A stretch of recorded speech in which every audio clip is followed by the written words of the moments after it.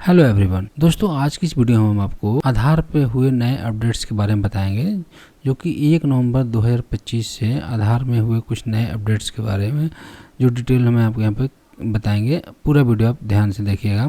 तो आइए चलते हैं। ये आपका आधार का वेबसाइट है, UIDAI का ऑफिशियल वेबसाइट है। आप यहाँ पे आ जाइएगा और मैं डायरेक्ट आपको इस वेबसाइट के लिंक से ही मैं आपको यहाँ से ही आप डाउनलोड करके इसके जो चार्जेस है वो मैं दिखाऊंगा कि क्या क्या चेंज आए हैं, वो चीज़ आप देख लीजिएगा। उसके बाद ही, चूँकि कई बार हो सकता है कि आप पुराने चार्जेस को लेकर जाएं और आधार सेंटर पे अगर अलग चार्जेस मांगी जाए तो शायद आप उस पर नाराज़ हों या फिर आपको अपडेट ना हो। तो ये चीज़ आपके लिए बहुत ज़रूरी है।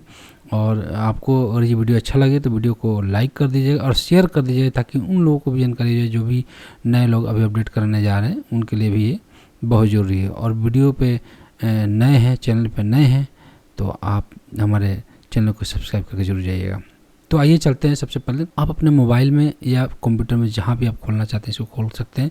खोल के जैसे यहाँ जाएंगे तो आप यहाँ पे UID की वेबसाइट है, देख सकते हैं, unique identification authority of India, government of India का वेबसाइट है। और यहाँ पे आप आएंगे, जैसे यहाँ क्लिक करेंगे तो आप यहाँ जाइएगा अबाउट आधार वाले सेक्शन में। आपको यहाँ पे नीचे देखेंगे, यहाँ पे एक जगह आपको आएगा ऑप्शन, यहाँ डाउनलोड वाले सेक्शन में यहाँ पे मिलेगा आधार इनरोलमेंट एंड अपडेट चार्जेज। तो इसको जैसे हम क्लिक करेंगे तो आप देख सकते हैं यहाँ पे जो है PDF के माध्यम से हम यहाँ पे बताएंगे आपको कि देखिए आधार इनरोलमेंट फ्री, जो इनरोलमेंट है वो फ्री है। अभी भी आप जिसे नया आधार बनाने चाहते हैं तो बिल्कुल ही फ्री है। और जो चार्जेज हैं वो किस बेसिस पे चार्जेज हैं वो सारी चीज़ें हम आपको यहाँ पे बता रहे हैं। अगर आप बायोमेट्रिक अपडेट करना चाहते हैं तो अपडेट ऑफ इनरोलमेंट बायोमेट्रिक, जैसे फिंगरप्रिंट हो गया, आँखों का हो गया, आइरिस या फ़ोटो, तो आप अगर फर्स्ट टाइम अगर 5 साल से और 7 साल के बीच के बच्चे का कर रहे हैं तो बिल्कुल फ्री होगा, उसमें कोई चार्जेज आपको नहीं देना है। तो ये चीज़ आपको मिला लेनी है कि आपका डेट ऑफ बर्थ और जिस दिन आप जा रहे हैं अपडेट कराने उस दिन तक आपका एज अगर 5 से 7 के बीच में बच्चे का है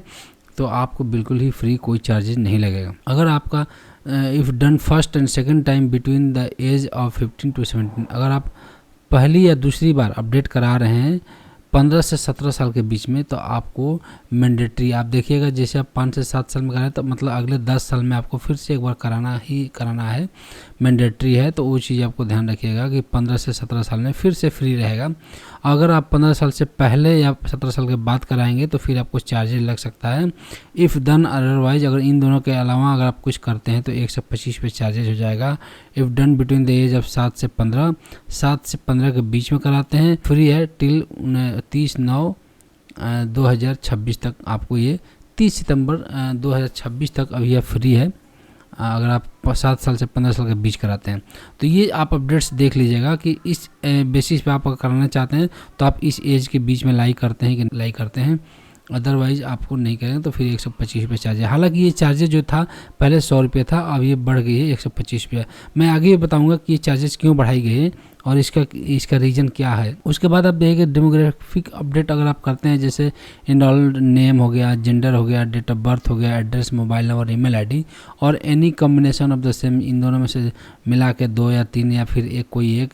तो अगर आप करें कि if done at the same time with biometric update, जैसे बायोमेट्रिक अपडेट के साथ करते हैं तो जो इसमें चार्जेज रहेगा वही आपको फ्री हो जाएगा। जैसे बायोमेट्रिक अपडेट किए हैं तो अगर जो एज क्राइटेरिया उसके साथ साथ करेंगे तो फ्री रहेगा।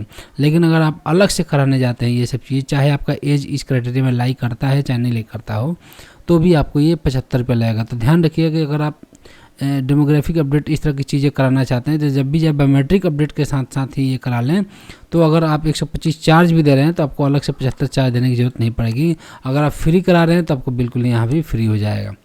तो ये आपको ध्यान रखना है कि आप चीज़ें कैसे करेंगे, अलग अलग चीज़ें ना करा के एक ही बार में जो भी चीज़ें करानी है उसको आप कर लेंगे। उसके बाद डॉक्यूमेंट अपडेट की बात करें तो submission of document as a proof of identity and address in support of name, gender and date of birth and address as enrol, ये सब चीज़ें कराना चाहते हैं तो उसके लिए आपको माई आधार पोर्टल पे बिल्कुल फ्री है।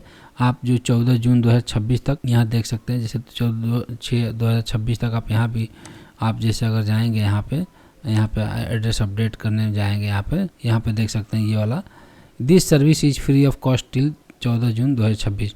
इसी चीज़ को हम यहाँ पे बता रहे हैं कि 14 जून 2026 तक ये बिल्कुल फ्री है अगर आप पोर्टल से कराना चाहते हैं। तो अगर आप किसी सेंटर से जाकर कराते हैं तो फिर आपको चार्जेस देनी पड़ेगी 75 रुपीज़, जो ये चार्जेस पहले 50 रुपये हुआ करता था। तो ये चीज़ आपको ध्यान रखना। अगर आपको डॉक्यूमेंट्स अपडेट करके चीज़ें कुछ अपडेट करनी है, ये सारी चीज़ें थर्ड पॉइंट के हिसाब से, तो आप डेफिनेटली देख सकते हैं यहाँ पे 14 जून तक 2026 तक बिल्कुल फ्री है, आप यहाँ पे कर सकते हैं। हालांकि इससे रिलेटेड मैंने वीडियो पिछले साल भी मैंने बनाई थी और इस साल भी मैं इस पे वीडियो बना दूंगा कि कैसे अपडेट करेंगे।